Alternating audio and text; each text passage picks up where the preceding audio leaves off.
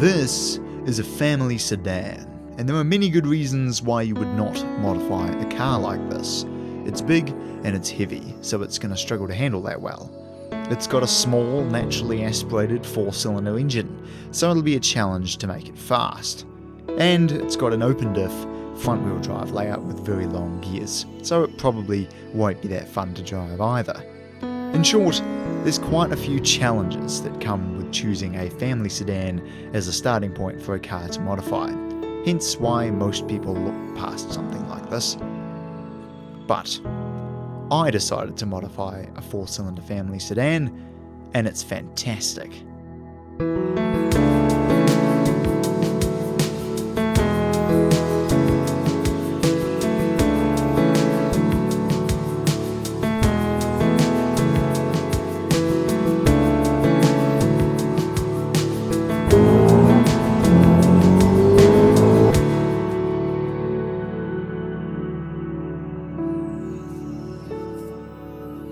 Every good modified car has to look good. The cosmetic mods I've done to this one is getting the Honda factory sports kit and spoiler, a Flow Designs lip kit, Type S Grille and a Cord UR shift knob. Power modifications include a custom short ram intake, PLM headers, a Yonaka Catback exhaust, Serge Bo Reflash and finally a DC5 Type R Gearset. At some point, I'll get it on a dyno, but given I can keep up with a Legacy 3Litre R, Mark 6 Golf GTI, Carolina GT4 and BMW 330i, all of which make between 170 and 190 kilowatt, I estimate I'm making around 170 crank kilowatt and 250 Newton meters of torque. The handling modifications are some Tein S-Tech lowering springs, 18 by 7.5 plus 48 Sparco DS1 wheels, and 225/45 R18 Bridgestone Potenza RE003s.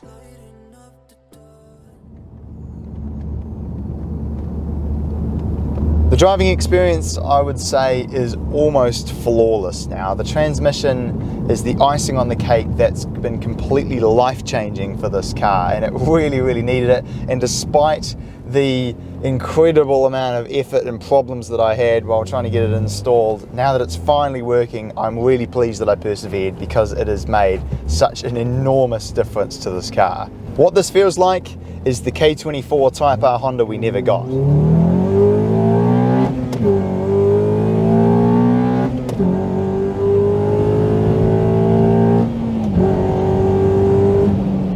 This car is so just invigorating to drive when you take it to 8,000 RPM. The whole thing tingles and you get this incredible 4-cylinder induction noise from the front end. And the short gear ratios really make the most of this engine because, let's be honest, it doesn't make the most amount of torque. So the short gears are really the only way around that besides going to forced induction. Pair that up with some really nice direct steering that loads up and bends nicely like almost like a manual rack would do. It's just so fantastic to drive, and you can just cruise through these corners, hit VTEC, turn in up here, second gear. Doesn't have a limited slip diff, but in my mind I don't really think it needs it because you can just power out of these turns. I cannot say enough good things about this car, and I'm so pleased that I've persevered with the modifications on this thing. To think what this thing was when it was stock, you know, sure it was manual, but it was basically just a family sedan, you know, with a fairly average underpowered 2.4 litre engine, you know, and now I reckon this thing's pushing 170 kilowatt, given the cars that it can beat in rolling races. So, if you want a car that you can buy cheap, modify cheap, and get some decent gains out of, I would say that this is a great chassis to look into. However, only to a point. Let's be honest, it's a front-wheel drive family sedan, and the fact that it's front-wheel drive and quite heavy and has a fairly small 4-cylinder engine is always going to hold it back. Now, I've long maintained that speed and power is not the be-all and end-all of any car. I'm much more concerned with how it feels to drive and how it makes me feel while I'm driving it. And to me, a car like this with a fizzy, high-revving 4-cylinder engine, short gears, a fantastic feeling transmission, really nice steering and great looks on the outside is near perfection for me. But at the same time, I can see the other side of it where if you want a car that's going to produce big power and put down big power, you're much better off looking down the Euro scene.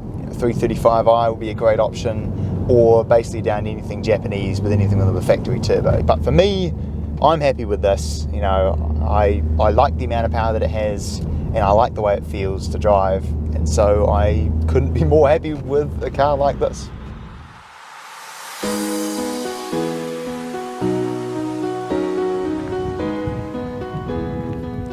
So what are my future plans for this car? Well, my exhaust has more holes in it than the Labour government. It's leaking from the slip joint and the test pipe, and one of my resonators on the Yonaka has recently split. So once lockdown's over, I'll be taking it in to get all of that welded and sealed up. Second of all, my intake is an appallingly terrible design. I like to call it a custom short ram intake, but truth be told, it's just the Simota that I had on my CD5 sliced in half with a hammer and jammed in there. All of the air it gets comes straight off the top of the hot transmission, which is really unideal. So in the future, I'll be taking some of the bits from the stock intake and the Simota to route that cone filter down into the bumper here. Thirdly, trying to stop a 1.5 tonne car with brakes that have the thermal capacity of a marshmallow is less than ideal. Add to that the fact that my rotors feel like they're made out of corrugated iron, and this thing doesn't stop very well. So in the future, I'll be looking to get some proper slotted and drilled rotors, along with some better calipers and pads once my existing pads wear out. Finally, my engine is slapping around in there, so I need to do something to stop it moving about so much. When you're driving in traffic at low speed, it's very lurchy. So whether I do that via better engine mounts or with a torque damper, I don't know, but we'll cross that bridge when we get there. But other than those small things, I think this car is absolutely fantastic. I'm really happy with the way it drives, I'm happy with the way it looks, and I'm happy with the amount of power it produces. Well, there we go. Thank you very much for watching this episode of Kiwi Car Life. And if you want to see all the videos that I've made with my Accord, then click on this playlist that's popping up right over here. And I know I've sort of joked around about COVID in this video, but truth be told, this Delta variant that's hit the country is serious business. So stay safe, and I will look forward to seeing you again next time.